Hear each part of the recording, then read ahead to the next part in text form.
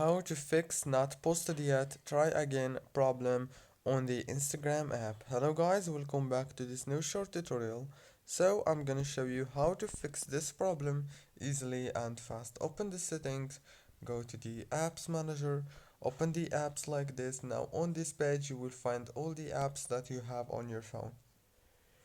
Scroll until you find the Instagram and click on it. Now click here on this force stop option and go into the storage. Click on this clear data, clear cache, go back, click on the power usage details, and now right here you have to click on this force stop and also disable the power consumption alert and enable it again.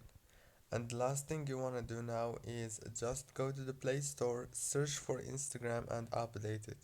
And you can do the same thing in the App Store if you have iPhone. Don't forget to like and subscribe. Thank you for watching.